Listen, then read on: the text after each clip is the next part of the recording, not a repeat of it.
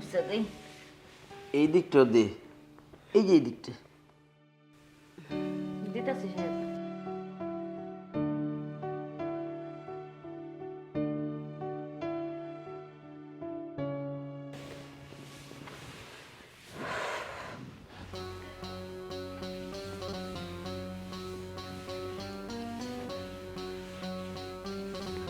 বিলকিস, কাজ রাখ, তোর লগে একটু কথা আছে, এদিকে আয়। সাহেব কামটা শেষ করলেই তারপর কথা শুনি আপনার। রাখ, কাজ হয়ে গেছে গা, আয়, জরুরি কথা। কোন সাহেব? এত দূরে থাকোস কেন? তুই মনা। কি কি কি কি করতেছেন সাহেব? শুন, শুন। আপামনের ভাইজান দেখলে সমস্যা হইব। আমি আরে রাখ, আমি আছি না। শুন, আমি তোরা কিছুদিন ধরে ভাবতেছি যে তোরা একটা কথা কম, তোর লাভের কথা। এই যে তোর তো বিয়ে শাদী হয়নি, এতটা বছর আমার বাড়িতে আসোস, তাই না? তোর ভবিষ্যতের ব্যাপার একটা আছে না? যে বেতন পাস, এই বেতন দিয়ে কি তোর ভবিষ্যৎ করতে পারবি? পারবি না। আমি এই কারণে চিন্তা করছি, তোর আমি কয়েক লক্ষ টাকাও দিয়ে দেবো। কিছু জায়গা সয় সম্পত্তি আছে, আমার তো সম্পত্তি আর টাকা পয়সার অভাব নেই। একটু তোরে দিয়ে দিলে তুই সারাটা জীবন শান্তিতে থাকতে পারবি জামাই নিয়া, বুঝছস? সাহেব হ্যাঁ, কয়েক লাখ টাকা দিবেন? 10 লাখ টাকা তুমি তোরে, ঠিক আছে? আমি বুঝছি, আপনি তো প্রায় সময় আমার দিকে কেমনে কেমনে করে জানি খালি তাকান, কি কি জানি কইতে চান, কিন্তু কইতে পারেন না। আর আজকে যেহেতু লাখ টাকার অফার করতেছেন, তাইলে নিশ্চয়ই এখানে কিছু না কিছু আছে। সত্যি কথা কইতেছি না? হ্যাঁ, দুনিয়াটাই তো গিভ অ্যান্ড টেক, কিছু লইতে হইলে কিছু দিতে হয়। ঠিক আছে, আমার কোনো সমস্যা নাই, কিন্তু ওই যে লাখ টাকা, টাকাটা কিন্তু আমার লাগবে। আরে কাজটা করতে দে না, কাজ করার পরই তো টাকাটা দিয়ে দেবো, ঠিক আছে? তাইলে তো দেরি করতেছি কেন? চলেন না। হ্যাঁ, এইসব কাজে বেশি দেরি করতে নেই। আয়, আমার আবার ধৈর্য শক্তি নেই, কতদিন ধরে বুকা। দেখো তোমার বাবার কুকীর্তিগুলো দেখো, শেষ পর্যন্ত কি না উনি ভুলে গেছে ওনার বয়সটা কত হয়েছে। আর এই বয়সে আপনি একটা কাজের মেয়ের উপরে নজর ফেলেছেন। ছি বাবা, ছি। ছি বাবা, ছি। সত্যি আমার ঘৃণা লাগছে। তোমাকে তোমাকে বাবা হিসেবে পরিচয় দিতে আমার ঘৃণা লাগছে। তুই এতটা জঘন্য। মৌমাকে এর আগে বলেছিল, কিন্তু আমি বিশ্বাস করিনি। মৌ তোকে আবার কি বলেছে?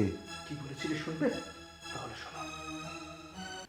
এই মৌ, আমার ঘড়িটা দেখেছো? তুমিও না একটা জিনিস খুঁজে নিতে পারো না। Sorry sorry. এই যে ধরো, শোনো না, বলো তোমাকে একটা কথা বলার ছিল, বলো। কিন্তু কথাটা কিভাবে বলবো এটাই বুঝতে পারছি না। তুমি আমার সাথে ভঙ্গিতা করতে হবে কেন? সরাসরি বলো। আসলে বাবা না কিছুদিন ধরে কাজের মেয়েটাকে কুপ্রস্তাব দিচ্ছে, এটা আর কি বলতে চাচ্ছিলাম আর কি। তুমি এর আগেও বাবার নামে এরকম আজে বাজে কথা বলেছো, যে কথা আমি বিশ্বাস করিনি, আর এই কথাটাও আমি বিশ্বাস করতে পারি না।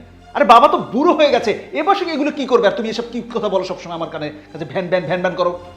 আমি জানি আমার এই ছোটখাটো কথাগুলো তোমার মাথায় কখনো ধরেনি, আর তুমি বিশ্বাসও করবে না।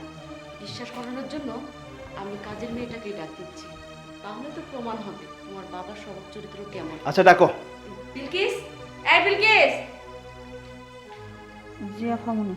বল তোর সাহেবকে বল আমার শ্বশুর আব্বা তোর সাথে কি কি করতে চায়। ভাইজান, আফামনি যা কইতেছে সবই সত্য কথা। সাহেব প্রতিদিনই আমার গায়ে হাত দেয়। Shut up! তুই কার সম্পর্কে কি বলছিস? তুই কি জানিস উনি আমার কি লাগে?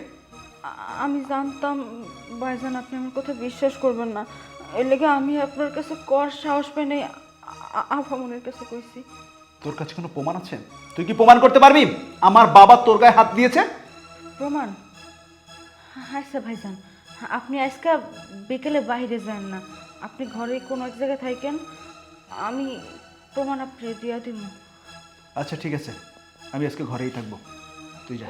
তোমাকে মাথার তাজ করে রেখেছিলাম, ও অনেকবার বলেছে তোমাকে বৃদ্ধাশ্রমে দিয়ে আসতে, কিন্তু আমি ওর কথা শুনি, আরো আমি মোর সাথে খারাপ আচরণ করেছি। ও কেন বলেছিল সেটা এখন বুঝতে পেরেছি। আমাদের বাসায় এক একটা কাজের মেয়ে আসে, আর একটা একটা কাজের মেয়ে কেন চলে যায়? শুধু তোমার কারণে, তোমার এই দুশ্চরিত্রতার কারণে। তুমি তুমি যে এতটা নিস এটা আমি কল্পনা করিনি। আজ এখনই এই মুহূর্তে তুমি আমার বাড়ি থেকে বের হয়ে যাবে। এই মুহূর্তে আমি কোথায় যাবো বাবা? বৃদ্ধাশ্রমে যাবে। বৃদ্ধাশ্রম? বাবা মাকে শুধু বৃদ্ধাশ্রমের সন্তানরা খাওয়াতে পড়াতে পারে না বলে পাঠায় না, অন্যান্য কারণে হয়তো পাঠায়। ঠিক আছে, তোমাকে আমি পাঠালাম তোমার চরিত্রের কারণে। তুমি যদি শুধরে যেতে পারো তাহলে তোমাকে আমি আবার আমার বাড়িতে নিয়ে আসবো। যাও।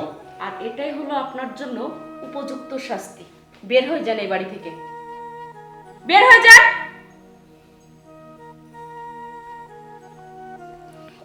ভাইজান, তাইলে আর আমি এ বাড়িতে থেকে কি করবো?